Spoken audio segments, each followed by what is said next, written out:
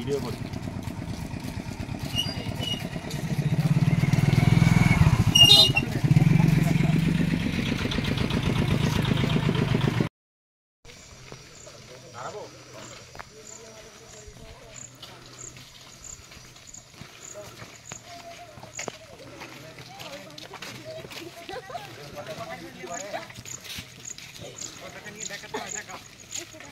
চল চল।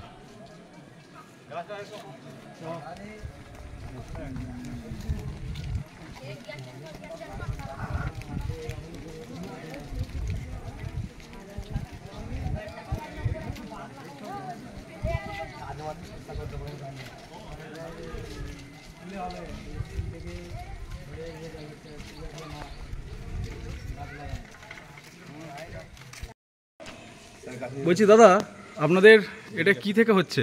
আমরা এটা কেউটা স্মাইল ফরএভার ওয়েলফেয়ার সোসাইটির পক্ষ থেকে বিশ্ব উষ্ণায়নকে প্রতিহত করতে এবং সবুজায়নের লক্ষ্যে আমরা আজকে বৃক্ষরোপণ কর্মসূচি অনুষ্ঠিত করছি কেউটা উচ্চ বিদ্যালয়।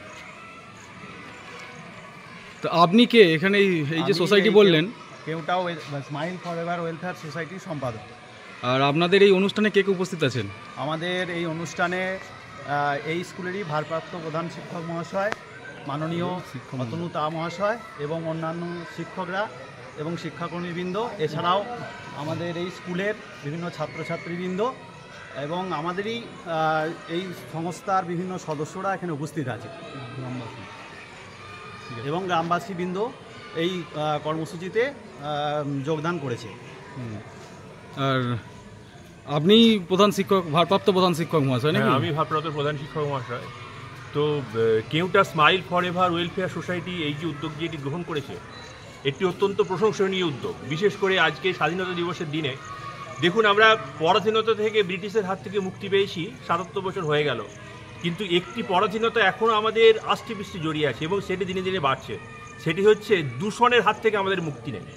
এই দূষণের পরাধীনতা, দূষণের যে শৃঙ্খল, সেই শৃঙ্খল থেকে মুক্তি পেতে এলে আমাদের বৃক্ষরোপণ সারা ভারতবর্ষে, সারা পৃথিবীময় ব্যাপক হারে প্রয়োজন। আজকে যে সংস্থা কেউটা গ্রামের এই যে সংস্থা স্মাইল ফরএভার, এরা এই যে উদ্যোগ গ্রহণ করেছে, এটি অত্যন্ত প্রশংসনীয় উদ্যোগ। আমি এই উদ্যোগকে সাধুবাদ জানাই এবং চাইব এই উদ্যোগ, এই সংস্থার উদ্যোগে সারা দক্ষিণ দামোদরে বা আরও নানা জায়গায় ব্যাপকভাবে ছড়িয়ে পড়ুক। এরা যে কর্মসূচি গ্রহণ করেছে, এই কর্মসূচিকে প্রশংসা না করে, সাধুবাদ না জানিয়ে অন্য কোনো উপায় নেই। কারণ দূষণ আজকের দিনে বড় সমস্যা।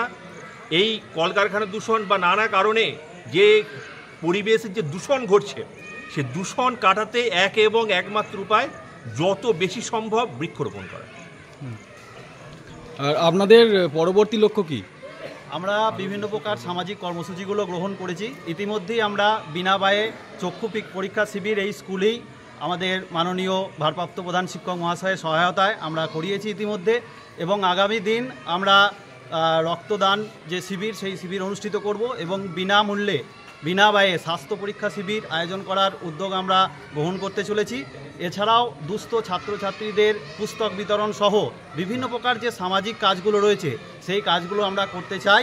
এর জন্য আমরা আমাদের গ্রামবাসী তথা শিক্ষানুরাগী মানুষজন এবং অন্যান্য যারা এই সামাজিক কাজকর্মে এগিয়ে আসতে চায়, তাদেরকে এগিয়ে আসার জন্য আমি অনুরোধ করছি। আপনারা আসুন, আমাদের সাথে সহযোগিতা করুন, তাহলে আমরা আগামী দিনে আরও বড় কর্মসূচি করতে পারবো এবং মানুষের পাশে থাকতে পারবো। আর আপনি তো বললেন আপনি এই সোসাইটি বা এনজিওর সম্পাদক, আর আপনি কি করেন? আমি শিক্ষকতা পেশার সঙ্গে রয়েছি। আর আপনাদের এই যে বৃক্ষরোপণ কর্মসূচি নিয়ে আর কি আপনাদের চিন্তা ভাবনা আছে? আমাদের বৃক্ষরোপণ কর্মসূচি নিয়ে আগামী এবছরের আমাদের লক্ষ্য যে 1000 বা তার বেশি বৃক্ষ আমরা আমাদের এই গ্রাম তথা আশেপাশে অঞ্চলে বিভিন্ন জায়গায় বসাতে চাই। শুধু গাছ বসানোই নয়, গাছগুলো যাতে সংরক্ষিত হয়, সেগুলো যাতে বড় করা যায়, সেই ব্যবস্থাও আমরা করেছি। এবং এর জন্য সকলকে অনুরোধ করব, আপনারা এই বৃক্ষরোপণ আমরা করছি, আপনারা একটু উদ্যোগ নিয়ে গাছগুলো যাতে বড় করা যায় সেদিকে লক্ষ্য রাখবেন। এবছরের লক্ষ্য আমাদের 1000 গাছ বসানো, আগামী বছর আমরা এর থেকে আরও বেশি গাছ বসাতে চাইছি। এই যে আপনাদের গ্রামে এই যে উদ্যোগ বৃক্ষরোপণ, আজকে স্বাধীনতা দিবসের দিন, আজকে স্বাধীনতা দিবস, ভারতবর্ষের 15ই আগস্ট গ্রামের কিছু স্থানীয় যুবক তাদের নিজেদের উদ্যোগে আমাদের বিদ্যালয়ে আবেদন করেছিল কিছু গাছ লাগানোর জন্য। এটা একটা ভালো উদ্যোগ, তাতে আমরা সায় দিয়েছি এবং তারা অতি উৎসাহে অতি আনন্দে গাছ লাগানোর জন্য পরিকল্পনা গ্রহণ করে তার এই শুভ সূচনা শুরু করলো সকাল থেকে। সকলে ভালো থাকুন। May God bless you.